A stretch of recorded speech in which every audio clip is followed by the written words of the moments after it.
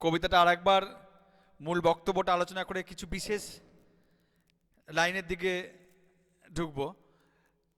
মূল বক্তব্যটা আমি আলোচনা করেছি, তবু আরেকবার বলছি যে কবি বলছেন যে কঠিন পরিস্থিতিতে, সমাজের যে কঠিন পরিস্থিতি চলছে সেই পরিস্থিতিতে মানুষের বেঁচে থাকার একটাই উপায়, সেটা হচ্ছে মানুষকে আরো জোটবদ্ধ হতে হবে, মানুষকে মানুষ হাতে হাত মিলিয়ে চলতে হবে। না হলে সমাজের এই পরিস্থিতি থেকে পরিত্রাণ পাওয়া যাবে না। দিয়ে তিনি কতগুলো উদাহরণ টেনেছেন। উদাহরণ মানে তিনি কতগুলো প্রতীক ব্যবহার করেছেন, যে আমাদের ডান পাশে ধস, বায়ে গিরিখাদ, মাথায় বোমারু, পায়ে পায়ে হিমানির বাদ। অর্থাৎ একটা মানুষ যে তার স্বাভাবিক গতিতে এগিয়ে যাবে, সেই স্বাভাবিক গতিতে এগিয়ে যেতে গেলে তার যেরকম পথ থাকা দরকার, তুমি দেখো সেই পথ বন্ধ। তুমি সামনে এগোবে, হিমানির বাঁধ, এগোতে পারবে না। তুমি ডান দিকে যাবে, ধস। তুমি বাঁদিকে যাবে, গিরিখাদ। আর মাথার ওপরে বোমারু, বোমারু মানে বোমাবাহী জাহাজ। তার মানেটা কি? এই রকম প্রতীকগুলো দিয়ে তিনি আসলে বোঝাতে চাইলেন যে সমাজটা কিরকম জায়গায় দাঁড়িয়ে আছে। মানুষের বেঁচে থাকার কোনো পথই নেই। মানুষটা সামনে যেতে পারবে না, মানুষটা বায়ে যেতে পারবে না, মানুষটা ডায়ে যেতে পারবে না। তাহলে মানুষের বেঁচে থাকার স্বাভাবিক যে পথ, সেই পথ সমস্ত দিক থেকে বন্ধ। এই পরিস্থিতিতে বেঁচে থাকার জন্য মানুষ যে ইতিহাস থেকে শিক্ষা নেবে, সেই পথটাও বন্ধ। কারণ সাধারণ খেটে খাওয়া মানুষের কোনো ইতিহাস নেই। তিনি আসলে বলতে চাইলেন, সমাজে যখন মাথার উপরে এই যে বোমারু দ্বারা তিনি বলতে চাইলেন যে সমাজে যখন একটা যুদ্ধ নেমে আসে, তখন আমাদের পরিস্থিতিটা কিরকম দাঁড়ায়। যুদ্ধের যে ভয়ঙ্কর রূপ, সেটা সমাজের সর্বস্তরে সর্বভাবে নেমে আসে। এক অর্থনৈতিক বিপদ নেমে আসে, মানুষ কাজ হারায়, মানুষ তার আয়, যে সংসারের যে ব্যয়, সেটা নির্ধারণের জন্য যে আয়টা করতে হবে, সেটা পর্যন্ত করতে পারে না। সেটা তো করতে পারেই না, চাকরিটাও চলে যায়, মানুষের কর্মসংস্থান থাকে না। তাহলে একদিকে মানুষ তার দুবেলা দুমুঠো খাবার জোটাতে পারছে না, এরকম একটা বিপদ। দ্বিতীয়ত হচ্ছে নিরাপত্তার অভাব। একটার সঙ্গে একটা কিন্তু পরিপূরক, একটার সঙ্গে একটা কিন্তু যোগাযোগ আছে। সমাজে যখন এরকম আর্থিক দুরবস্থা নেমে আসে, তখন চুরি, ডাকাতি, ছিনতাই এগুলো বাড়তে থাকে। এগুলো যখন বাড়তে থাকে, মানুষ নিরাপত্তার অভাব বোধ করে। একদিকে তো যুদ্ধের ভয়ঙ্কর রূপের নিরাপত্তা, আর একদিকে হচ্ছে মানুষের নিত্য প্রয়োজনীয় যে কাজকর্ম, তার মধ্যেও একটা নিরাপত্তার অভাব বোধ করে মানুষ। আর একটা বিপদ কি নেমে আসে? আর একটা বিপদ নেমে আসে যে মানুষ মানুষের প্রতি বিশ্বাস হারিয়ে ফেলে। তখন সব কিছুই টলে যায়, মানুষ মানুষের প্রতি বিশ্বাসটাও হারিয়ে ফেলে। এই যে এতগুলো দিক থেকে বিপদ নেমে আসলে, যে সমাজে এতগুলো দিক থেকে বিপদ নেমে আসে, সেই সমাজের বেঁচে থাকার পথটা কি? বেঁচে থাকার পথটা কি? বেঁচে থাকার পথটা হচ্ছে একজোট হয়ে থাকা। কারণ মানুষ যে এখান থেকে বেঁচে থাকার পথ হিসাবে ইতিহাস ঘাটবে, ইতিহাস খুঁজবে, তাহলে দেখতে পাবে যে ইতিহাসে সাধারণ খেটে খাওয়া মানুষের কথা নেই। সেখানে রাজা বাদশাদের যুদ্ধের জয় পরাজয়ের কাহিনী, তাদের কীর্তিস্তম্ভ স্থাপনের কাহিনী। কিন্তু সাধারণ খেটে খাওয়া মানুষও যে যোগদান করে, সাধারণ খেটে খাওয়া মানুষও যে লড়াই সংগ্রামে অবতীর্ণ হয়, এটা কিন্তু ইতিহাসে থাকে না। গুড মর্নিং সর্দ। তো এটা কিন্তু ইতিহাসে থাকে না। তো সেই জন্য বলছে যে সাধারণ খেটে খাওয়া মানুষের কোনো ইতিহাস নেই।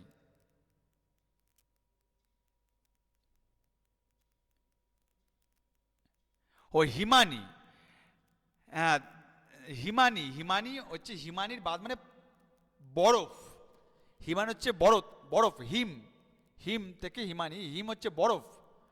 হিমানির বাঁধ মানে বরফের বাঁধ। একটা মানুষ তার সামনে যদি বরফের বাঁধ দেওয়া থাকে সে চলতে পারবে? সেটা বলছে। পায়ে পায়ে হিমানির বাঁধ, মাথায় বোমারু, ডায়ে ধস বায়ে গিরিখাত, আমাদের ঘর গেছে উড়ে। তাহলে এই রকম পরিস্থিতিতে মানুষের আয় আরো বেঁধে বেঁধে থাকি, পড়াচ্ছি, আয় আরো বেঁধে বেঁধে থাকি। এরকম পরিস্থিতিতে মানুষের বেঁচে থাকার পথ নেই।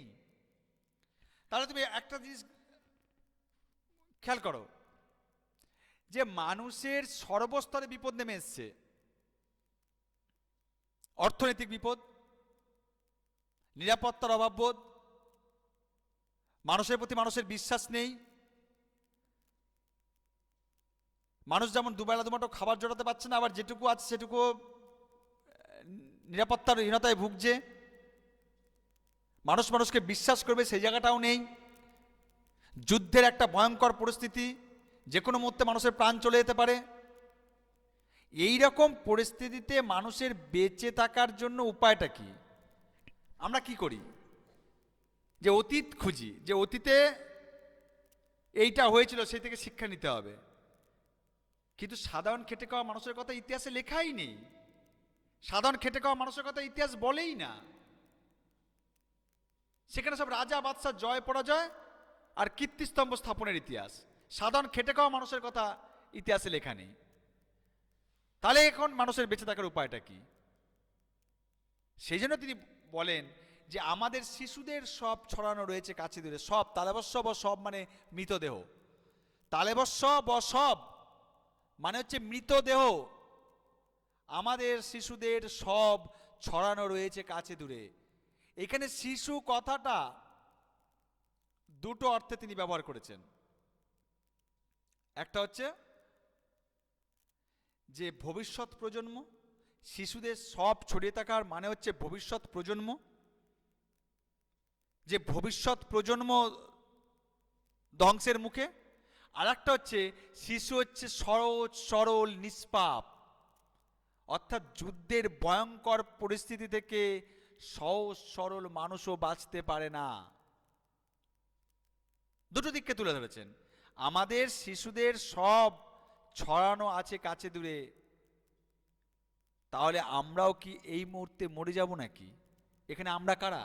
এখানে আমরা হচ্ছে সাধারণ খেটে খাওয়া কিছু শুভবুদ্ধি সম্পন্ন মানুষ যারা এখনো পৃথিবীতে বেঁচে আছে। তাদের করণীয় কি? তাদের কাজ কি? তারা তাহলে কি করবে? এই জায়গাটাকে কই বলছেন তারা তাহলে কি করবে?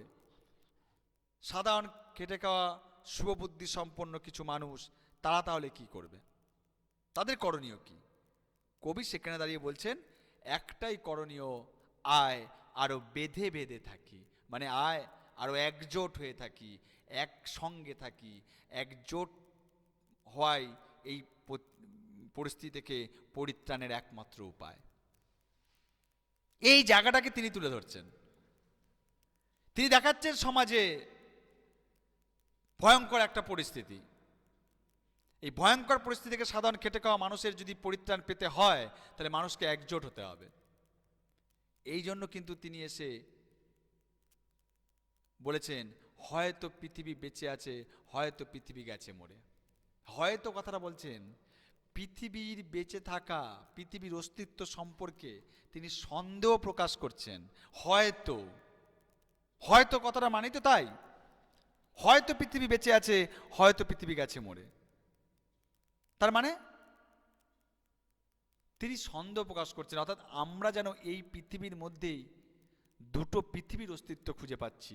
একদিকে সচ্ছলতার কিছু মানুষের, মুষ্টিমেয় কিছু মানুষের সচ্ছলতার পৃথিবী, সুখ স্বাচ্ছন্দ্য সচ্ছলতার পৃথিবী, আর একদিকে সাধারণ খেটে খাওয়া কিছু মানুষের না পাওয়া বঞ্চনার পৃথিবী। এই দুটো পৃথিবী যদি রাখা হয়, তার সাধারণ খেটে খাওয়া বঞ্চিত অবহেলিত মানুষের যে পৃথিবী, তাদের কাছে কি সেই সুখ স্বাচ্ছন্দ্য ভোগবিলাসের পৃথিবীর কোনো অস্তিত্ব আছে? নেই, তাদের কাছে সেই অস্তিত্ব নেই। এটাকেই কবি বলছেন যে হয়তো পৃথিবী বেঁচে আছে, হয়তো পৃথিবী মরে গেছে। আর একটা কারণেও কিন্তু তিনি এই কথাটাকে ব্যবহার করেছেন, সেটা হচ্ছে মনুষ্যত্ব। মানুষ তো আছে, মানুষের পৃথিবী তো আছে, কিন্তু মনুষ্যত্ব কি আছে? তাই তিনি সন্দেহ প্রকাশ করছেন যে মনুষ্যত্ব, অর্থাৎ পৃথিবী শব্দের ব্যঞ্জনায় তিনি মনুষ্যত্ব কথাটার অর্থ প্রকাশ করতে চাইছেন, যে মনুষ্যত্ব হয়তো বেঁচে আছে, হয়তো বেঁচে নেই। হয়তো পৃথিবীতে এখন এমন একটা পরিস্থিতি, এমন একটা ভয়ঙ্কর অবস্থায় আমরা দাঁড়িয়ে আছি, যেখানে মানুষের মনুষ্যত্ব সম্পর্কে কবি সন্দিহান হয়ে পড়েছেন, যে মানুষের মনুষ্যত্ব আদৌ আছে তো, মানুষ আদৌ তার মনুষ্যত্ব নিয়ে বেঁচে আছে তো। তাই তিনি বলছেন পৃথিবী হয়তো বেঁচে আছে, পৃথিবী হয়তো বেঁচে নেই। বোমারু, বোমারু মানে বোমা বহনকারী জাহাজ, অর্থাৎ প্লেন। প্লেনে করে বোমা নিয়ে আকাশে উঠছে, যে কোনো মুহূর্তে একটা বোমা মারবে, ধ্বংস হয়ে যাবে। এরকম পরিস্থিতিতে মাথায় যদি বোমারু বিমান ঘোরে, তাহলে তোমার জীবনের নিরাপত্তা কোথায়? তার মানে আমার জীবনের নিরাপত্তা নেই। এই নিরাপত্তাহীনতাকে বোঝাতেই তিনি বোমারু বিমান কথাটা ব্যবহার করেছেন। বোমারু, বোমারু মানে বোমা বহন করছে যে প্লেনটা, উড়োজাহাজ, বোমা বহন করছে যে প্লেনটা, উপর থেকে একটা বোমা ফেললে যে কোনো মুহূর্তে হাজার হাজার মানুষের মৃত্যু ঘটে যাবে। তাহলে মানুষের জীবনের নিশ্চয়তা কোথায়? অর্থাৎ মানুষ প্রতি মুহূর্তে নিরাপত্তায় ভুগছে। একদিকে এই নিরাপত্তা, ওই জন্য বললাম যুদ্ধের এই নিরাপত্তা, যুদ্ধের এই ভয়ঙ্কর পরিস্থিতিতে মানুষের সমাজে কি তৈরি হয়? অর্থনৈতিক দুরবস্থা তৈরি হয়, অর্থাৎ মানুষ কাজ হারায়, মানুষের উপার্জন কমে যায়, মানুষের তার খাবার জোটাতে পারে না, মানুষ দুবেলা দুমুঠো খাবার না পেয়ে মানুষ হাহাকার করে, আর তখন মানুষের চুরি ছিনতাই রাহাজানি এগুলো বাড়তে থাকে। তাহলে মানুষ সর্বস্তর দিয়ে একটা নিরাপত্তাহীনতায় ভোগে, আর তারপরে মানুষের মধ্যে মানুষের যে বিশ্বাস সেটাও চলে যায়, আর এই বিশ্বাস চলে যাওয়াতে মানুষ মানুষের থেকে আরো দূরে সরে যায়। অথচ মানুষকে যদি বেঁচে থাকতে হয় এই পরিস্থিতির মধ্য দিয়ে, তাহলে মানুষকে একজোট হয়ে থাকতে হবে। আর কবি সেই কথাটাই বলছেন, যে পরিস্থিতিটা এমন যে মানুষকে একজোট হয়ে থাকতে হবে। কিন্তু মানুষ সেই জায়গা যখন ভয়ঙ্কর পরিস্থিতি তৈরি হয়, তখন সর্বস্তরে একটা নিরাপত্তাহীনতায় ভোগে। এই জন্য উনি বলেছেন না, আমাদের ঘর গাছে উড়ে, অর্থাৎ মানুষ আশ্রয়হীন হয়ে পড়ছে। কিসের আশ্রয়? এক তো মানুষের অর্থনৈতিক আশ্রয়, দ্বিতীয়ত হচ্ছে যে মানুষের সামাজিক যে আশ্রয়, তৃতীয়ত হচ্ছে মানুষের মানুষের প্রতি বিশ্বাসের যে আশ্রয়। মানুষের প্রতি মানুষের বিশ্বাস থাকছে না। মানুষ একটা মানুষকে বিশ্বাস করবে, সেটাও তো একরকম আশ্রয়, কিন্তু সেই বিশ্বাসটুকুও থাকছে না। তাহলে এই রকম পরিস্থিতিতে কিন্তু মানুষের বেঁচে থাকার একটাই উপায়, সেটা হচ্ছে মানুষকে একজোট হয়ে থাকতে হবে, মানুষকে একসঙ্গে থাকতে হবে। এই জন্য কবি বলছেন যে একসঙ্গে থাকা, আয় আরো বেঁধে বেঁধে থাকি। তাহলে আয় আরো বেঁধে বেঁধে থাকি কবিতাটা যদি আরো খুব ছোটভাবে, খুব ছোট সংক্ষেপে বলি, তাহলে কবিতাটার মানে কি, মূল বক্তব্য কি? মূল বক্তব্য হচ্ছে যে সমাজ যখন বিশৃঙ্খলতায় ভরে যায়, যখন সমাজে যুদ্ধ নেমে আসে, যখন সমাজে অর্থনৈতিক নিরাপত্তা থাকে না, যখন সমাজে মানুষ বাইরে বেরোলে ঘরে ফিরবে কিনা জানে না, যখন সমাজে মানুষ একজন একজনকে বিশ্বাস করতে পারে না, প্রতি মুহূর্তে মানুষের জীবনটা চলে যাবে এরকম একটা আশঙ্কায় মানুষ ভুগতে থাকে, তখন যারা শুভবুদ্ধি সম্পন্ন মানুষ আছে তাদের করণীয় কি? আমরাও তবে এভাবে এই মুহূর্তে মরে যাব নাকি? এই কথাটার অর্থ হচ্ছে যে আমরা যারা শুভবুদ্ধি সম্পন্ন মানুষ আছি তারা কি তাহলে এই মুহূর্তে আত্মসমর্পণ করব এই অসহায় অবস্থার কাছে? কখনোই না। আমরা এই অসহায় অবস্থার কাছে আত্মসমর্পণ করতে পারি না। আমরা যারা শুভবুদ্ধি সম্পন্ন মানুষ আছি তাদের এই অবস্থার মধ্যে থেকেই বেঁচে থাকার পরিত্রাণ খুঁজে নিতে হবে। আর বেঁচে থাকার পথ একটাই, সেটা হচ্ছে মানুষকে একসঙ্গে একজোট হয়ে থাকতে হবে। কবি বারে বারে এই কথাটাই বলছেন। বুঝতে পেরেছ? কারো কিছু প্রশ্ন থাকলে প্রশ্ন করতে পারো। আমি প্রশ্ন দু একটা দেখতে চাই, দেখি অমিত কি বলছে। আমরা বলতে কি শুধু শিশু, না খেতে খাওয়া মানুষ? না, শিশু কোথায়? আমাদের শিশুদের সব বলেছে তো, আমাদের শিশুদের সবাই। তাহলে আমরা কে এখানে? আমরা হচ্ছে সাধারণ খেটে খাওয়া সাধারণ মানুষ, বা এইখানে আমরা বলতে সাধারণ খেটে খাওয়া কিছু শুভবুদ্ধি সম্পন্ন মানুষ, অর্থাৎ যারা বর্তমান প্রজন্মে বেঁচে আছে তারা আমাদের সাধারণ খেটে খাওয়া কিছু শুভবুদ্ধি সম্পন্ন মানুষ। বলতে পারলাম ব্যাপারটা অমিত? ব্যাপারটা বোঝাতে পারলাম? আচ্ছা, শতদিক কি বলছে? স্যার, যদি একে অপরকে লোকে বিশ্বাস না করে তাহলে একসাথে কি করে থাকবে? সেই কথাটাই তো কবি বলছেন, যে একে অপরকে বিশ্বাসের জায়গাটাও চলে যাচ্ছে। এই রকম ভাবে চলতে থাকলে কিন্তু আমরা ধ্বংসের মুখে পড়ে যাব। যেটাকে উনি উদাহরণ দিয়েছেন যে শিশুদের সব ছড়ানো রয়েছে কাছে দূরে। শিশু মানে ভবিষ্যৎ প্রজন্ম ধ্বংস হয়ে যাবে। এই অবস্থায় আমাদের করণীয় কি সেটাই উনি বলছেন। আমাদের এই অবস্থায় করণীয় একজোট হয়ে থাকা। এই কথাই তো উনি বলতে চাইছেন, তাই তো বলেছে আয় আরো বেঁধে বেঁধে থাকি। উনি তো বুঝতে পারছেন পরিস্থিতিটা কি, মানুষের প্রতি মানুষের বিশ্বাসটা চলে যাচ্ছে, মানুষ মানুষকে বিশ্বাস করতে পারছে না, বিশ্বাসের জায়গাটা চলে যাচ্ছে। তাহলে এই জায়গায় এইভাবে চলতে থাকলে তো আমরা ধ্বংস হয়ে যাব। আমাদের করণীয়টা কি এই পরিস্থিতি? আমাদের এই পরিস্থিতি করণীয় হচ্ছে একজোট হয়ে থাকা। এই জন্যই তো তিনি আহ্বান করছেন যে একজোট হয়ে থাকতে হবে। এটা কি বলছেন? হ্যাঁ, ওই পরিস্থিতিতে উনি বলছেন যে পরিস্থিতিটা তো চারিদিক থেকে নেই। একটা মানুষ যদি, ধরো একটা সাধারণ মানুষ, তার সামনে একটা বিপদ, ডায়ে বিপদ বায়ে বিপদ,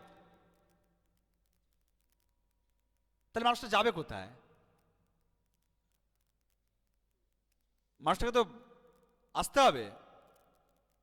চারিদিক থেকে ঘিরে ধরেছে মানুষ, মাথায় উপরে যে কোনো মুহূর্তে বোম পড়তে পারে। এই অবস্থায় যদি যে কটা মানুষ আছে যদি একজোট হয়ে যায় তাহলে কিন্তু লড়াই করতে পারে, তাহলে লড়াই করা যায়। অনেক কঠিন পরিস্থিতিতেও মানুষ লড়াই করতে পেরেছে। আর এই জন্যই তো তিনি আক্ষেপ করেছেন যে সাধারণ আমাদের কোনো ইতিহাস নেই। এখানে আমরা কারা? এখানে আমরা হচ্ছে সাধারণ খেটে খাওয়া মানুষ, আমাদের কোনো ইতিহাস নেই। অর্থাৎ সাধারণ খেটে খাওয়া মানুষের কোনো ইতিহাস নেই। ইতিহাস কাদের কথা বলে? ইতিহাস তো রাজাদের কথা বলে, ইতিহাস তো বাদশাদের কথা বলে। রাজা বাদশার যুদ্ধের জয় পরাজয়ের কাহিনী বলে। এই জন্য দেখবে ক্লাস 12-এর একটা কবিতা, ক্লাস 12-এর একটা কবিতা, পড়তে জানে এমন এক মজুরের প্রশ্ন। আমি কবিতাটা এই আগের দিনে তার আগের দিন আপলোড করেছি। যে পড়তে জানে এক মজুরের প্রশ্ন, পড়তে জানে এমন এক মজুর প্রশ্ন করছে, এই ইতিহাসে তো রাজাদের যুদ্ধের জয় পরাজয়ের কাহিনী লেখে, তা রাজাটা কি একা জিতেছিল? এত যে আলেকজান্ডারের নাম শুনি যে ভারতবর্ষ জয় করেছিল, আলেকজান্ডার একা করেছিল?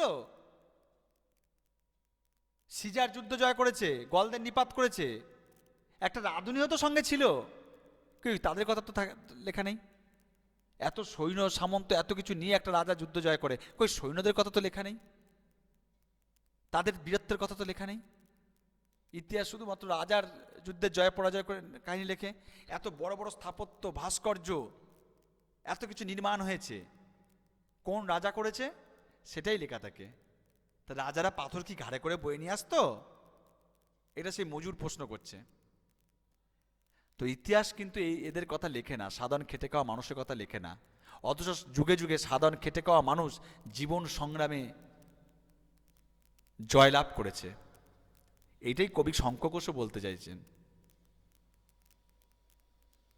যে আমাদের কোনো ইতিহাস নেই, সাধারণ খেটে খাওয়া মানুষ যে ইতিহাস, তারা যে প্রতিনিয়ত জীবন সংগ্রামে অবতীর্ণ হয়, তাদের কথা লেখা নেই। ইতিহাসে লেখা থাকলে তো সেখান থেকে পথ খুঁজে নেওয়া যায় যে ইতিহাসে এটা আছে, মানুষ কিভাবে তার থেকে পরিত্রাণ পাবে। ইতিহাসে যদি সেটা না থাকে তাহলে কি করে হবে? কোনো একটা বিপদে মানুষ পড়েছে, মানুষ তখন চিন্তা করে যে এই বিপদ থেকে তো এইভাবে অন্য ওই লোকেরা পরিত্রাণ পেয়েছে, তাহলে আমিও এইভাবে পরিত্রাণ পেতে পারি, এটা তো ভাবে। কিন্তু সেইটা যদি না থাকে সামনে, তাহলে কি করে হবে? তো সেই জন্য আজকে সেই ইতিহাসটার বড় দরকার, যেখানে সাধারণ খেটে খাওয়া মানুষ, যার বিশেষ গুরুত্বপূর্ণ ভূমিকা আছে যাদের, কিন্তু তা তো বলে না। তাই একটাই পথ, আয় আরো বেঁধে বেঁধে থাকি।